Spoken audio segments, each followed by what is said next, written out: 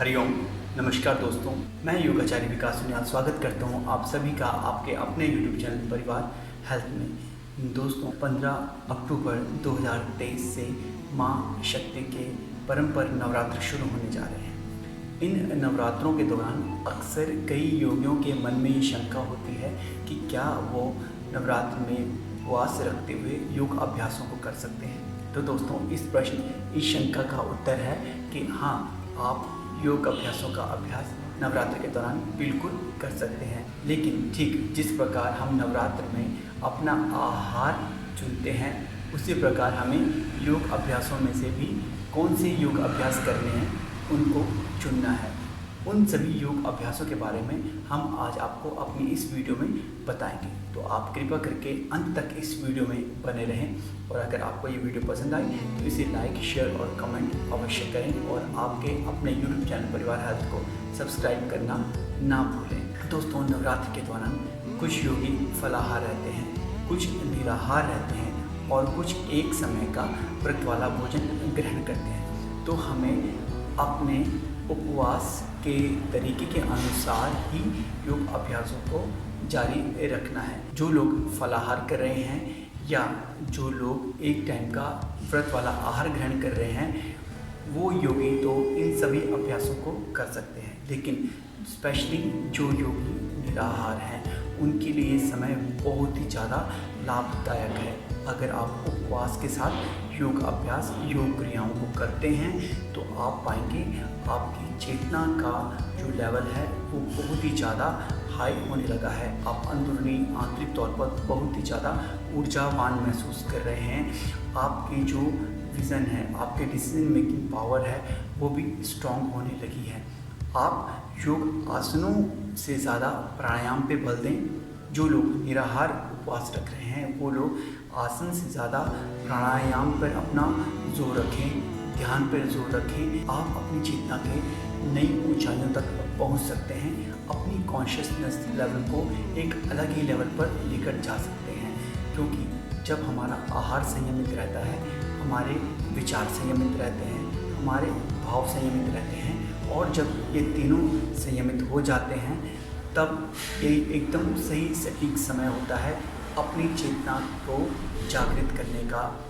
आप कौन हैं, हम कौन हैं, ये प्रश्न अक्सर हम लोगों के भीतर आता है। ये एकदम सही समय है जब हम इस प्रश्न का उत्तर पा सकते हैं। ज़्यादा से ज़्यादा अपने आप को मेडिटेशन की तरफ लेकर जाएं, ध्यान में बैठें और कोई प्रश्न ना करें। बस केवल अपने विचारों को सुनते रहें, अपने भावों को सुनते रहें और आप देखते जाएंगे और आप देखेंगे और आप पाएंगे कि जहाँ पर आपको ध्यान में जाने के लिए पहले 15-20 मिनट तक अपने आप से लड़ना पड़ता है, आप बैठते ही एकदम आपका मन एकदम शांत है। आप बस बैठेंगे और आपका ध्यान लगने लगेगा। ये तो बात की हमने उन लोगों के लिए जो निराहार व्रत कर रहे हैं। अब वो योगी जन जो फलाहार में हैं या एक टाइम के आहार में हैं, वो भी उन सभी लाभों को प्राप्त कर सकते हैं। साथ ही साथ आप इन योग अभ्यासों को भी कर सकते हैं जिन्हें हम बता रहे हैं। आप सूक्ष्म क्रियाओं से अपने योग अभ्यास को प्रारंभ कर सकते हैं, जैसे अपनी गर्दन को दाएं से बाएं घुमाना, फिर साइड बाय साइड ऊपर नीचे, फिर अप एंड डाउन रोटेशन। जिन व्यक्तियों को सर्वाइकल है वो अपनी गर्दन को नीचे ना करें, नीचे ना झुकाएं। अपनी गर्दन को केवल सांस भर के ऊपर सांस छोड़ते हुए सेंटर तक रखें। आप अपनी शोल्डर रोटेशन कर सकते हैं। सूक्ष्म क्रियाएं सभी को आप इन सभी क्रियाओं को आप 10 बार या 20 बार रिपीट कर सकते हैं। शोल्डर्स को अप एंड डाउन कर सकते हैं, अपनी एल्बोज रोटेशन, फिर रिवर्स, फिर चक्रासन। चक्रासन के बाद आप तितली आसन कर सकते हैं। तितली आसन करने के बाद अपने टोज की मूवमेंट कर सकते हैं। Toes up and down, inhale up and exhale down, inhale up and exhale down. Toes को अप एंड डाउन कर सकते हैं। हम आपको 4 अभ्यास बताएंगे जो कि आप बैठ के कर सकते हैं। 4 अभ्यास आप पीठ के बल लेट के कर सकते हैं और 4 अभ्यास आप पेट के बल लेट के कर सकते हैं। इन अभ्यासों में किया जाने वाला पहला अभ्यास है बटरफ्लाई यानी तितली आसन। दूसरा आसन गौमुखासन। बैठ के किए जाने वाला तीसरा अभ्यास हमारा मेरुदंड वक्रासन और चौथा अभ्यास नौकासन। इसके बाद हम अभ्यास करेंगे पीठ के बल लेट के किए जाने वाले अभ्यासों का, जिनमें हमारा पहला अभ्यास रहेगा अर्ध हलासन, दूसरा सेतुबंध आसन। सेतु आसन करने के बाद मत्स्यासन करना बिल्कुल ना भूलें। चौथा अभ्यास रहेगा हमारा उत्तान पादासन। इसके बाद हम लोग करेंगे पेट के बल लेट कर किए जाने वाले अभ्यास। सर्वप्रथम हम थोड़ा मकरासन में रिलैक्स करेंगे। इसके बाद हम लोग करेंगे भुजंगासन। भुजंगासन के बाद हम लोग करेंगे शलभासन। आप शलभासन को सिंगल लेग से भी कर सकते हैं बारी बारी, या फिर दोनों लेग्स को उठा के भी कर सकते हैं। तीसरे अभ्यास में हम लोग भुजंग और पर्वत आसन की ड्रिल को एक साथ करेंगे। और चौथे आसन में हम लोग बनाएंगे शशांक आसन।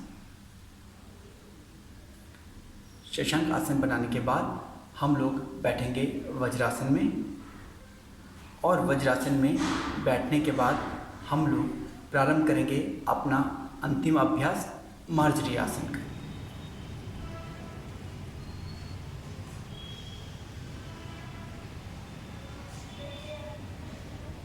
इस प्रकार हमारे संपूर्ण अभ्यासों का चक्र समाप्त हुआ। इसके बाद बढ़ेंगे हम प्राणायाम की ओर।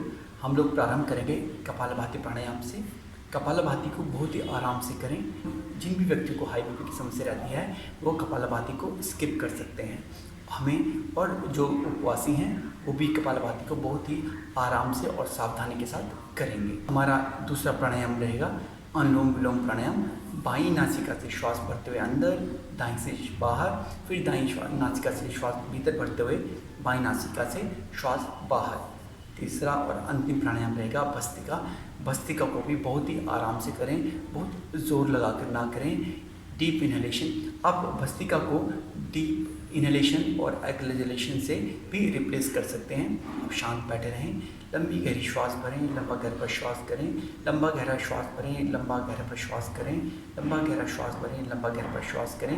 किसी भी ध्यानात्मक आसन में मुद्रा लगाकर आप डीप ब्रीदिंग की प्रैक्टिस कर सकते हैं। इसके बाद करें 5 से 10 बार भ्रामरी प्राणायाम। और भ्रामरी प्राणायाम करने के बाद भरते हुए लंबे और गहरे श्वास, 3 बार ओंकार का उच्चारण।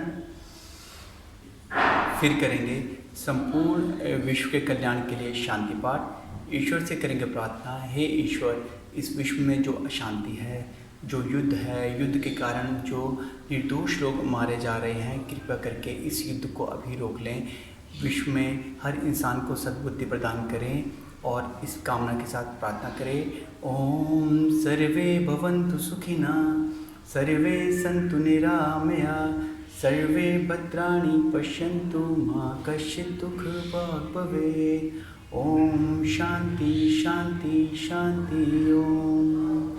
हे परमपिता परमेश्वर, इस संपूर्ण सृष्टि जगत के हर एक जीव प्राणी को सुख, समृद्धि, अच्छा स्वास्थ्य, शांति प्रदान करते हैं। हम आपके चरणों में सशक्त नमन करते हैं। लगाते हुए प्रार्थना शांति को मस्तक पर ग्रहण करें, संपूर्ण शरीर में करते हुए दोनों हाथों के घर्षण ऊर्जा को रिजवान करते हुए लगाएंगे कान पर, कट पर, आपके संपूर्ण शरीर में। खोल दीजिए आँखों को और उसके बाद करें कुछ पलों के लिए मौन व्रत। आप 3 से 5 मिनट के लिए मौन व्रत अवश्य करें। आप पाएंगे कि आपका मन एकदम शांत हो चुका है, विचार भी एकदम शून्य हो चुके हैं और आप एक आंतरिक आनंद का अनुभव कर रहे हैं। तो दोस्तों, आज की हमारी इस संपूर्ण वीडियो में हमने बात की उपवास के दौरान किए जाने वाले योग अभ्यासों के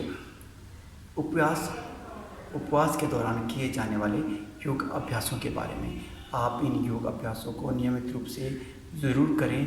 आप पाएंगे कि आपकी ऊर्जा सामान्य की अपेक्षा बहुत ज़्यादा बढ़ चुकी है, आपके विचार शक्ति बहुत ही ज़्यादा बढ़ चुकी है, आपकी चेतना भी नए स्तर को छूने लगी है। इन अभ्यासों को आप अवश्य करें और इनके लाभों को प्राप्त करके कमेंट में ज़रूर लिखें। आपको हमारी वीडियो कैसी लगी इसे भी हमें अवश्य बताएं और आप अपने यूट्यूब चैनल परिवार हेल्थ को सब्सक्राइब करना ना भूलें। हरिओम, जय हिंद, जय भारत, स्वस्थ रहें और मुस्कुराते रहें।